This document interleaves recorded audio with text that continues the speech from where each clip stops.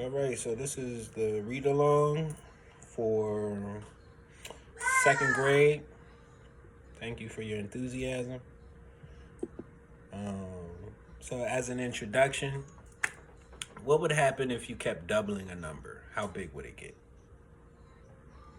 As big as many times you double it? Yeah, it's infinite. So, what do you know about sharing fairness and doubling numbers? A little bit. A little bit. Okay. So, we're going to learn more. So, I want you to take your globe and find the country India. Okay, you see India? Yes.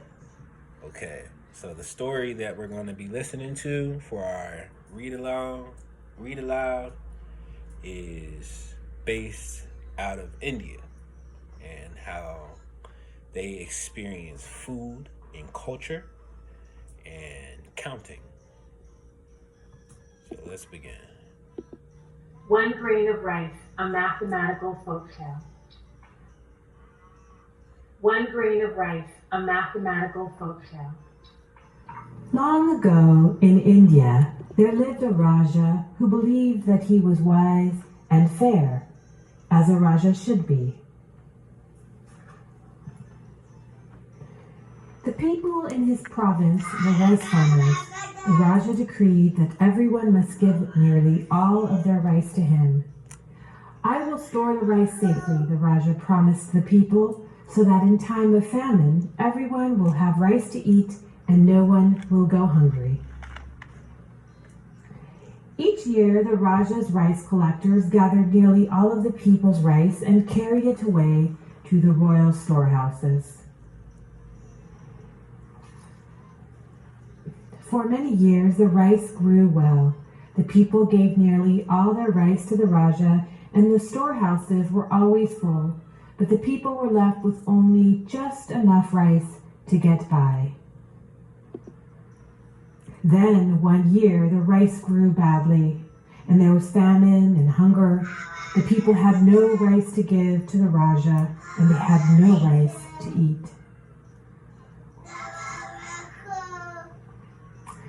The Raja's ministers implored him, "Your Highness, let us open the royal storehouses and give the rice to the people, as you promised." "No," cried the Raja. "How do I know how long the famine may last? I must have the rice for myself. Promise or no promise, a Raja must not go hungry." Time went on, and the people grew more and more hungry, but the Raja would not give out the rice. One day, the Raja ordered a feast for himself and his court, as it seemed to him a Raja should now and then, even when there is famine. A servant led an elephant from a royal storehouse to the palace, carrying 2 full baskets of rice. A village girl named Rani saw that a trickle of rice was falling from one of the baskets. Quickly, she jumped up and walked along beside the elephant, catching the falling rice in her skirt. She was clever, and she began to make a plan. At the palace, a guard called, "Halt, thief! Where are you going with that rice?" "I am not a thief," Rani replied. "This rice fell from one of the baskets, and I am returning it now to the Raja." When the Raja heard about Rani's good deed, he asked his ministers to bring her before him. "I wish to reward you for returning what belongs to me," the Raja said to Rani. "Ask me for anything, and you shall have it." "Your Highness," said Rani, "I do not deserve any reward at all, but if you wish, you may give me 1 grain of rice." "Only 1 grain of rice?" exclaimed the Raja. "Surely you will allow me to reward you plentifully, as a Raja should." "Very well," said Rani. "If it pleases your Highness, you may reward me in this way. Today you will give me a single grain of rice. Then each day for 30 days you will give me double the rice you gave me the day before. Thus tomorrow you will give me 2 grains of rice. The next day 4 grains of rice, and so on. for 30 days. This seems still to be So we're going to pause right there. So why do you think Ronnie chose to ask for 1 grain of rice to start? They didn't want more than they could handle. Okay. And what happens as the amount doubles? It increases. Okay. So how can you predict? Can you predict how much rice Ronnie will end up with? Yes. Okay. Good. Let's finish the story.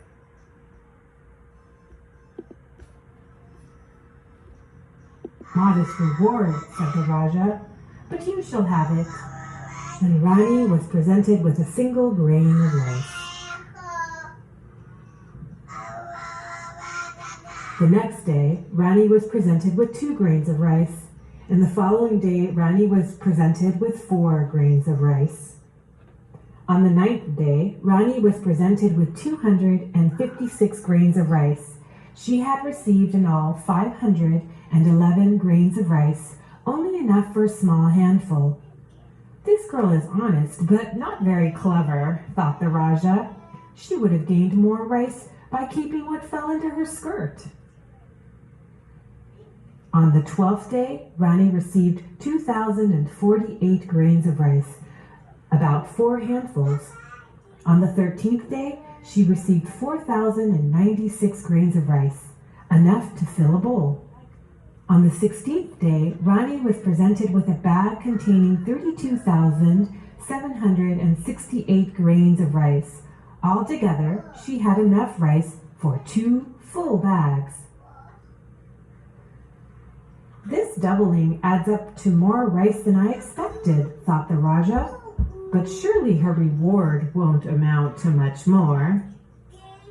On the 20th day, Rani was presented with 16 more bags filled with rice.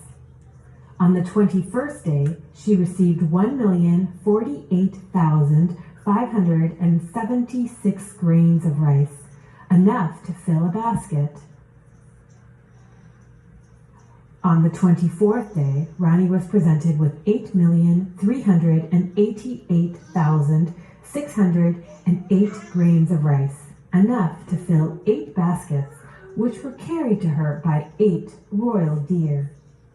On the 27th day, 32 Brahma bulls were needed to deliver 64 baskets of rice. The Raja was deeply troubled.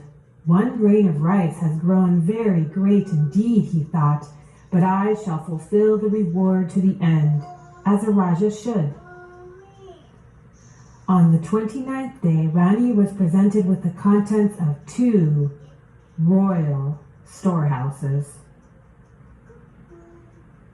On the 30th and final day, 256 elephants crossed the province, carrying the contents of the last 4 royal storehouses, 536,870,912 grains of rice. Altogether, Rani had received more than 1 billion grains of rice. The Raja had no more rice to give. And what will you do with this rice, said the Raja with a sigh, now that I have none? I shall give it to all of the hungry people, said Rani, and I shall leave a basket of rice for you, too, if you promise from now on to take only as much rice as you need. I promise, said the Raja. And for the rest of his days, the Raja was truly fair and wise, as a Raja should be.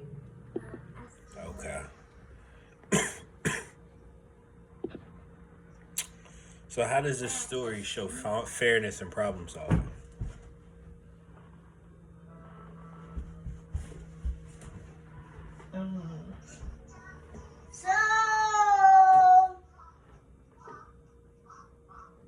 It shows that even if someone isn't fair, that doesn't mean you can't solve the problem. Right. Can you think of a time when you use math to solve a problem or be fair? Yeah. Okay. How do people in your family or community make sure things are fair? Um, my parents make sure that everybody gets something to eat. Okay, that's a good point. So we're gonna do this doubling math activity.